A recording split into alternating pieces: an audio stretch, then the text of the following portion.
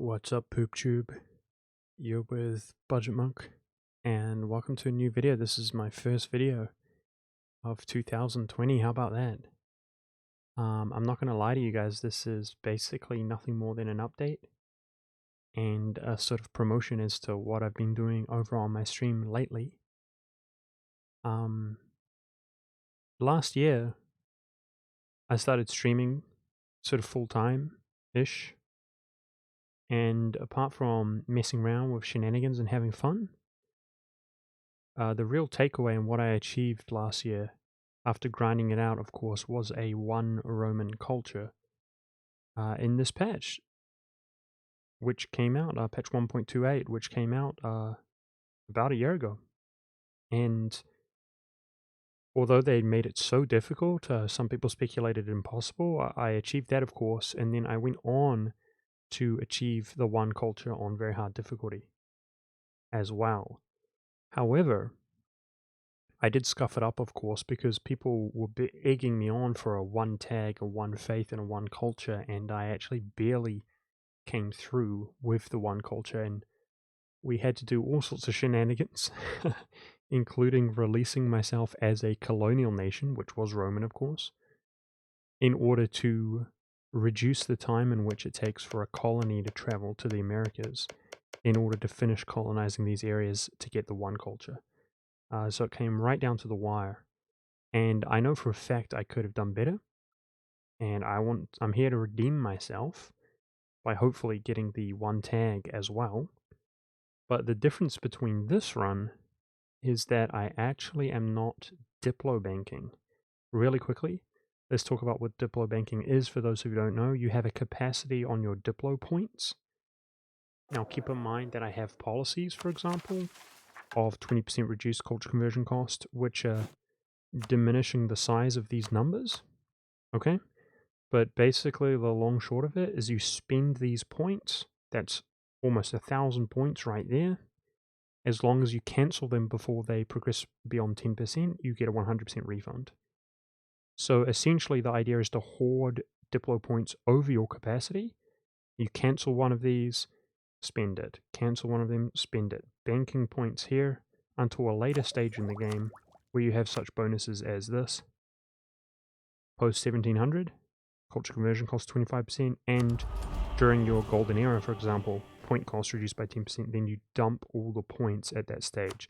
That's the general way of achieving a one culture, and I decided that I wanted to attempt to do it without doing any exploits, any save scums, anything like that, just like our other runs, on very hard, giving me the ability or the opportunity to redeem myself, get that one culture, one tag, one faith run, and we're doing it with no diplo banking. So this is what the game looks like.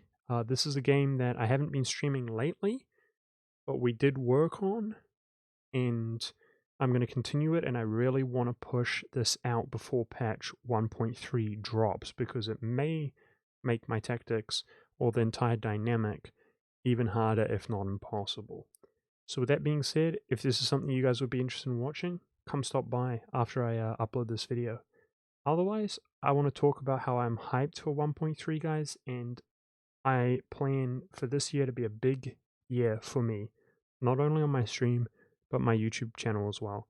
I'm not going to elaborate on anything more than that because my memento, if you will, is going to be to underpromise and overdeliver. That's what I'm challenging myself to do. So I'm not going to talk about that, but just know that there should be content coming this year, and I'm looking forward to working on that. With no further ado, I'm going to go ahead and update you guys on how this game looks. So for those people who care of what's happened so far and what my thoughts are going into the future, here we go. Let's talk about how we got here really quickly. I believe I actually promised people land. This is a nice little Bohemian trick. Currently, we have the full border of Bohemia, so it ended up being pretty weird anyway. But a little trick, guys, when you PU Bohemia, this province here belongs to this state. This province here belongs to this state. As you can see, too many territories is an issue. And obviously, as the emperor, we have a revoked privilegia. You're going to inherit this land if it's owned by your subjects anyway. Little pro tip on PUing Bohemia is to ally Saxony and or Brandenburg and to promise them land, giving them land. But on very hard, even players like this can be quite challenging, and that will help you achieve the PU. This land is not only is it worth handing it off, but it actually benefits you to hand it off. And the reason why is because these are the three valuable states. But moreover, if you hand this off, it actually reduces the size of Bohemia, increasing the likelihood that you will gain Bohemia or inherit them for free, and therefore inheriting the electorship, which I believe we have.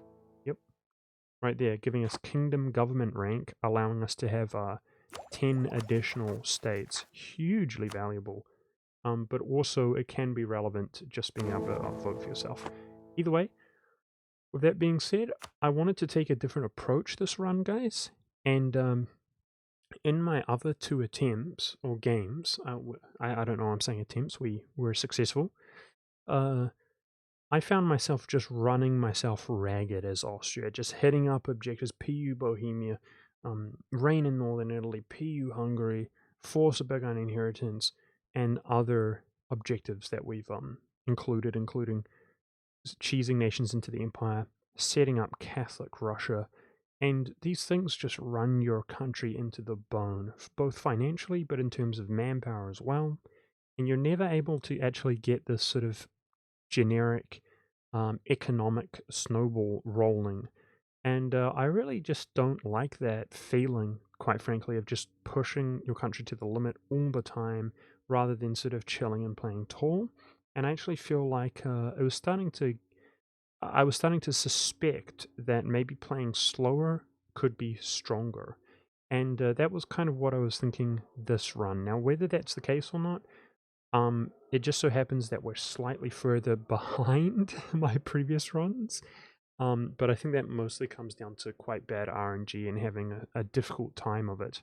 We definitely did not get the perfect run here, although it was pretty close.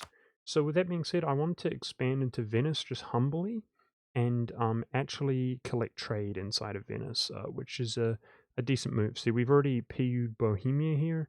I resorted to handing some territory off to Saxony. Next move was to actually take this land and giving these both centers of trade, giving us some influence inside of Venice. Now, what happened really nicely this game, guys, is we got the free PU over Hungary. So thank goodness, some good RNG, because you can see it's already 1473, and we do not have the Burgundian inheritance. I have had, no joke, guys, between my different attempts, hundreds of starts as Austria. And this event has been changed in 1.3, which I'm kind of glad about. I don't know if it's going to be an overall good or bad, but it's being changed. And literally over the course of hundreds of games, like this is just driving me up the wall. It's so difficult to actually just get the perfect game going, something that I used to achieve and take for granted in the past. And so the approach that we've been taking instead, which is the approach that I took in this game, and I gained a lot of criticism doing this, by the way, but it worked out, is essentially to ally Burgundy. So the only restart variable that we actually cheesed is if Burgundy was rivaling us. And, you know, I don't like to do that. I don't like to start again until the scenario is good and suitable. But we're kind of trying to do the hardest thing imaginable, really. And Burgundy, you know, being friendly with you as opposed to rivaling you is something I was willing to do, because if you can't get the royal marriage with him, you have very low chances of getting the inheritance anyway. And yeah, either way, we allied him. And when we ally him, we're able to attack Provence in the beginning of the game and promise him land. This is a way that you can actually get no aggressive expansion. Sometimes it calls you in against France because France guarantees Provence, but the two of you combined can just butcher France, get him out of the war really quickly. In some cases, you can take war reparations, and it can be actually beneficial to do so.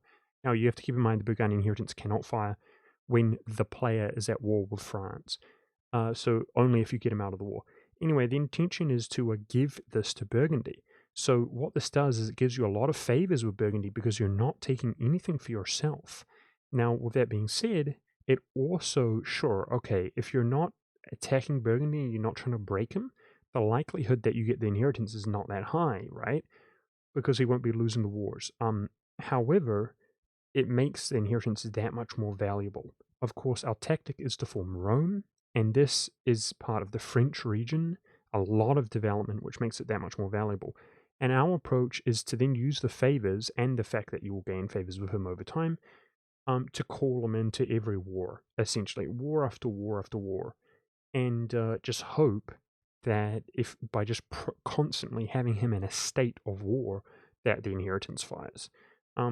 Because of how tedious and sort of cancerous this event is, I consider that to be the best approach.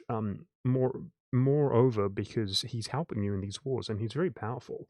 With that being said, one war he helped us against was against the Danes. So we were doing the Imperial Band CB over Holstein, and this is absolutely key to set up the cheesing the Danish inside of the Holy Roman Empire. To anybody who does not know this approach, it's quite simple. In order to cheese a more powerful nation that will not join the empire automatically into the empire, you typically want to take their capital city. So this is giving us both coring range, but also the ability to claim it, which is nice for a high development province. You add it, you core it up, you add it to the Holy Roman Empire, and then you simply use the return core button to return it to them. So under this circumstance, he will have his capital in another province. It usually goes here for some reason. And of course, he cannot move his capital back because you cannot move your capital to or fro into the Holy Roman Empire. But all you simply do then is take their new capital city. You remember, he owns this province again because you return it to him and it's unlawful territory. You take his new capital city and he will return it to his own old capital city, therefore moving him into inside the Holy Roman Empire. Now, taking the slower, more chill, and more deliberate approach of trying to have our economy going well and so on, it dawned on me, if I wasn't pressing myself really, really hard to actually early revoke privilegia, it dawned on me a few things.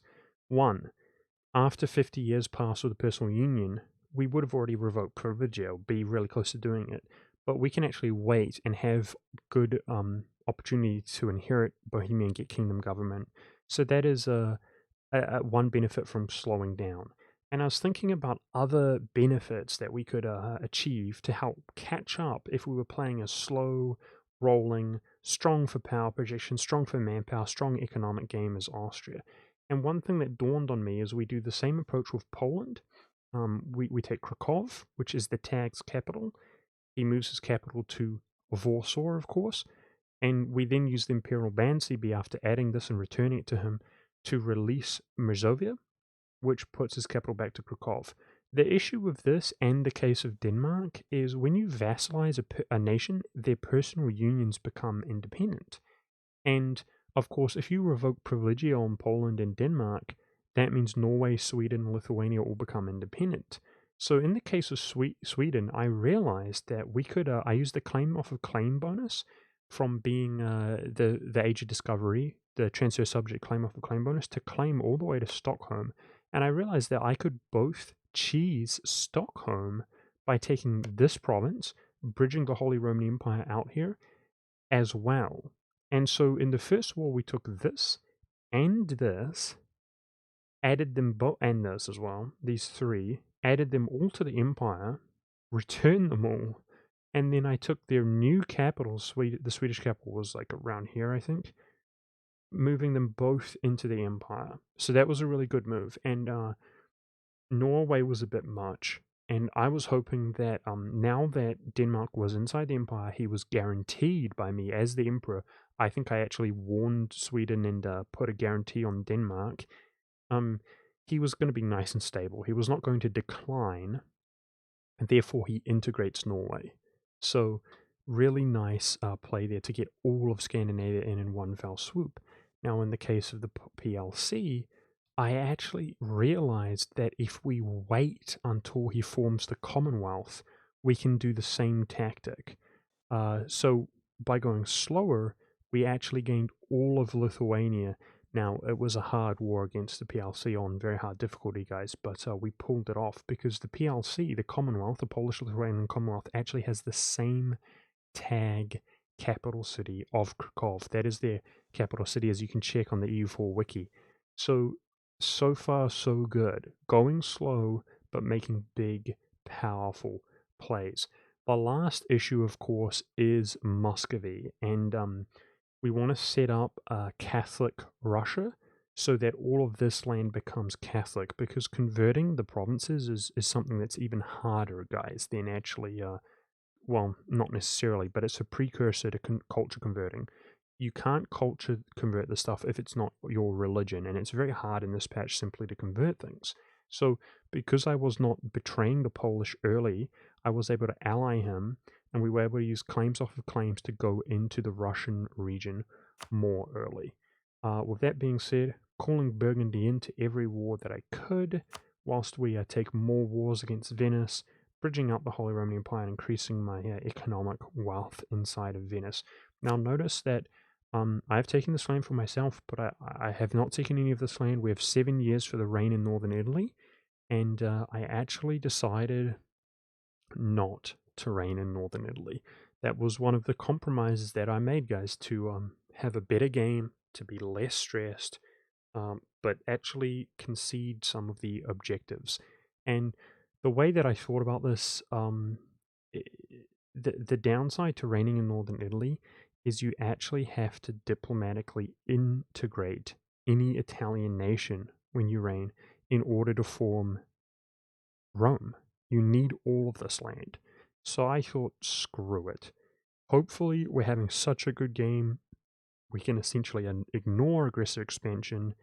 And I know we're going to spend a lot of diplo annexing stuff. Let's spend admin instead, taking this land. That's the approach that I decided to take. With that being said, let's continue on. At some stage here, I actually, you'll see our war against Denmark, I take multiple provinces, and then I make my way up to the Russian region. The Danes have since declined, and there it is, guys. It was about 1495, and the inheritance finally goes down.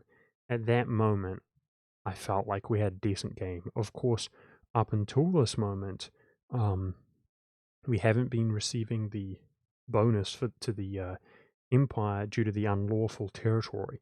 But like I said, at least we got Hungary for free. We were taking the slow roll approach. We were feeling big and strong. I got the inheritance, thank goodness. Dramatically increasing my naval force limit, increasing our capacity to actually take on the Scandinavians and take their provinces as well. Our naval force limit is pretty good now with all of the stuff stated up.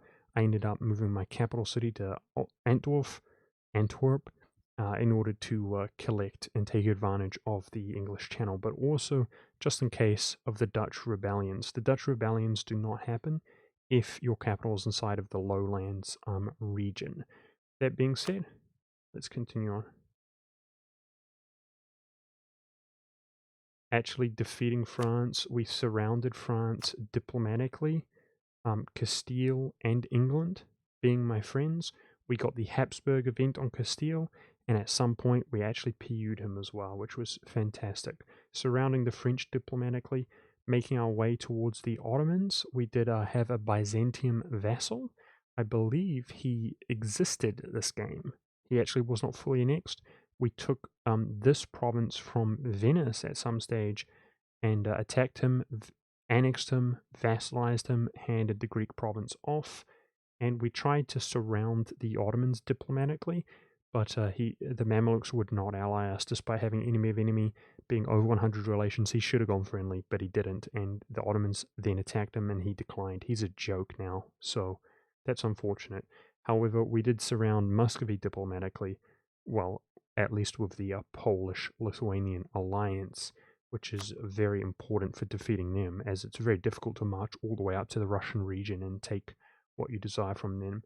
But yeah, this was a really nice move. I felt like, guys, we took some land from France, but we were able to hurt him even more by giving it to England, land to England, which doesn't cost us anything, and just keep that in mind.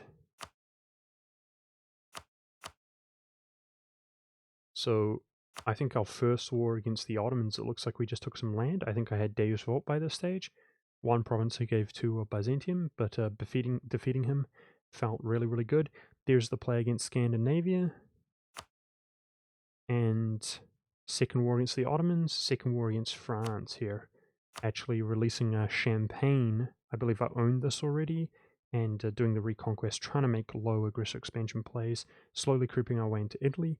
You can see we've returned the stuff, so the Scandinavians are all inside of the Holy Roman Empire.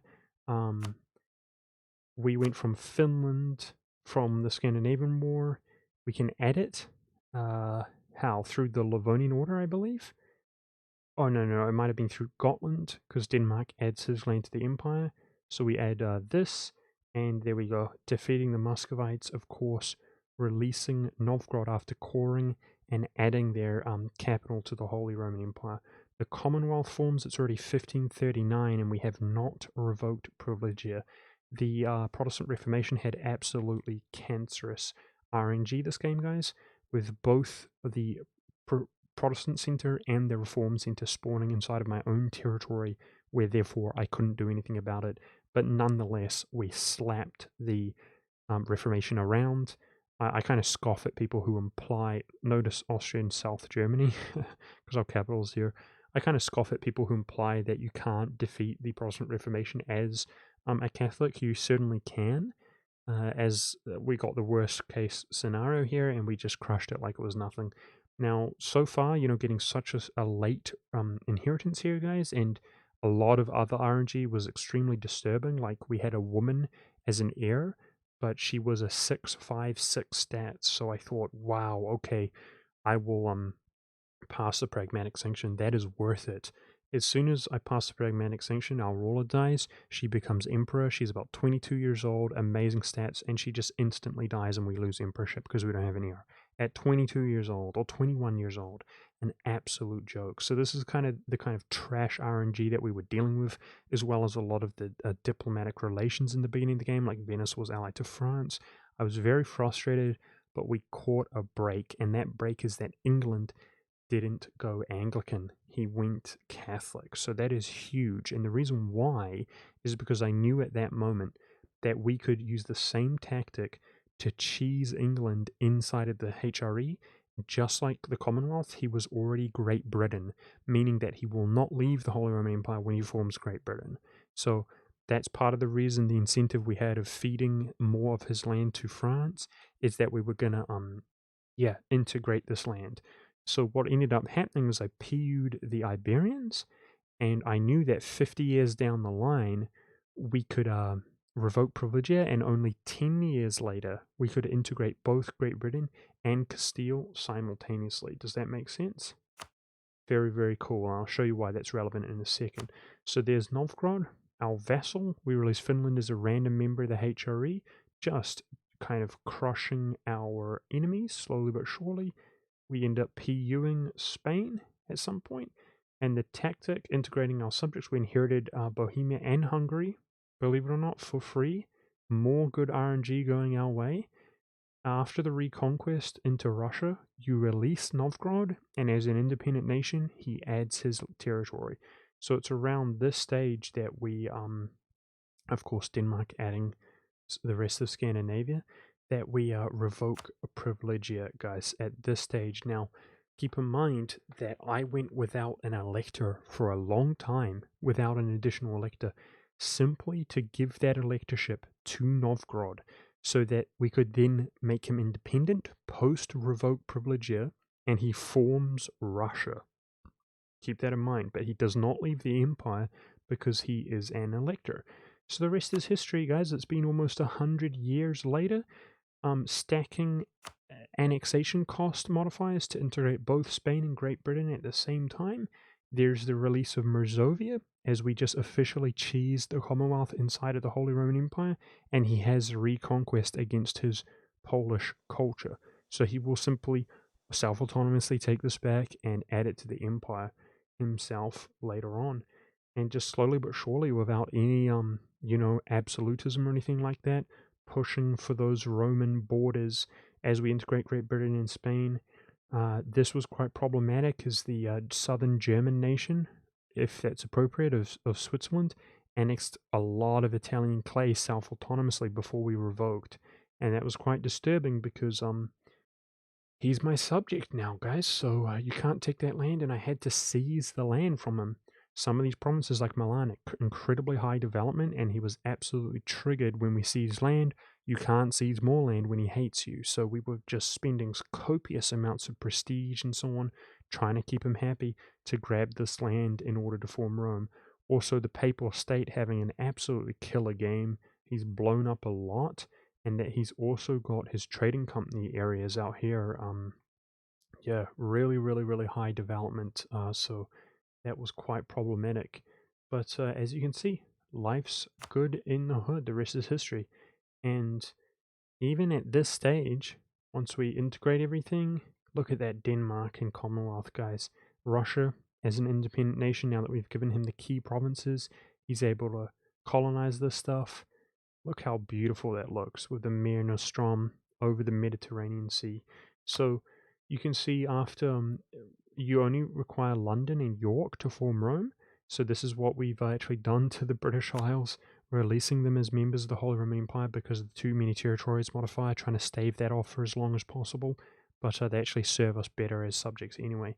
And you can see Russia is the only independent nation inside of the Holy Roman Empire. However, it is actually too late for them to leave. They leave at the point in which you revoke privilegia. If you pass this one here, guys, you inherit them for free regardless of whether they vote for it or not. So, fun fact, when you feed the crap out of a subject, it builds up their trust and favors. If you then give them independence, they have trust and favors. We can call Russia into like any war we want, and he's actually one of the greatest powers in the world. He's slowly rising through the ranks. Otherwise, I've looked at the war score cost, guys, now that it's the age of absolutism, and I think we can take the Ottomans out in one more war, taking everything that is required to form Rome, I believe, in one more war, and the same goes for the Papal State. This is his vassal. So, yeah, Rome is coming up. Unfortunately, we had a strong Mughals, which really, really, really, really, really, really sucks. The Iranian region is so hard to fight in, guys, and he's got high-level forts here, if I can find any for you. He's got high-level forts in the mountains. We did fight one war with him so far, and check this out, guys. Look at the Great Power tab. Look how strong we are, yeah? Check this out. Welcome to very hard difficulty. He's stronger than us. Much stronger than us. Feels bad, man. And yeah, it's really, really rough life. But that's about it, guys. I wanted to show you the religious map. There is almost no other Christians apart from Catholic. We got some Orthodox out here. Russia, excuse me, will self-autonomously deal with the Muscovites. He is Novgorod, by the way. Look at that, Novgorodian culture. Interesting fact, guys, he has religious ideas, and of course he will convert stuff like this because he's an independent nation. Subjects suck at converting, but not independent nations. Feels good, man. Otherwise, we're working on the colonial game. We need to increase our development out here because that's how you move your capital to the New World after forming Rome. Same thought process. We want to hold on to our trading company regions if we can. This was Spanish stuff in the past. So I'm feeding subjects. We officially made Hamburg an inland colony here. The reason you want them to be inland is because they'll never convert the trading company stuff. They just add it to your trading company, and then you can't even convert it through the subjects tab because you get the negative modifier with your subjects. So we've made them an inland colony outside of the colonial region, and yeah, that's what the religious map mode looks like. That's what the Holy Roman Empire map mode looks like. This is what the culture map mode looks like. Austrian, no diplo banking. That is all that we've converted, guys, which is soon to be Roman. It's pretty stressful stuff, guys. We don't have that much longer remaining in the game. This is pre-absolutism for the most part. It's pre-imperialism CB, and we're converting a lot of stuff to our culture as we speak, guys. A lot of provinces in the process of being converted.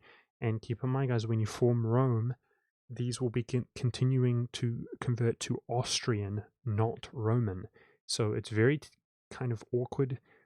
We have to go through a period here where we stop converting stuff, and then we have to go through a period where I will not be able to convert things anyway, because I will not have any territory, because we're going to hand all of our territory off to the Empire in order to move our capital to the New World, and then re-inherit it again later by clicking this button. Very awkward, but my plan, of course, is to go at admin 22. We're going to take diplo ideas. Diplo ideas, extremely crucial here with the provincial war score cost reduction to actually, closing the gap on the world that much more quickly. Yep, that's where our diplo points are going to go in the meantime. And I wanted to show you guys, while we were integrating Great Britain and Spain, we of course passed the mission here, 15% at diplo annexation. If we look at our ideas, we've taken religious influence, quality, administrative, and expansion, finally colonizing stuff because it has to be done. So of course with influence you have the 25%, yeah, that's 40% reduced annexation cost, and as Austria you have 15%, so that's actually 60% annexation cost reduction, but you also, boom, have the policy, there it is, 20% by the policy of admin and influence. That's 80% annexation cost reduction. So we paid a total of 10% of our vassal and personal union, integrating them into our country. And that's why I wanted to show you how hype and relevant it was that we kind of timed them. The other thing is the parliamentary bonus as well, guys. We ended up popping the parliamentary bonus. We took a break from the culture, and I remember we shot and overkilled the annexation of them by like 50% because the modifier stacked so high. It was pretty epic. Otherwise, we do have some rebellious nations. We gain a lot of prestige here as the emperor under these circumstances with defender of the faith and so on, and we've been trying to feed the prestige. The reality of the situation, guys, is look at their development. It's insane.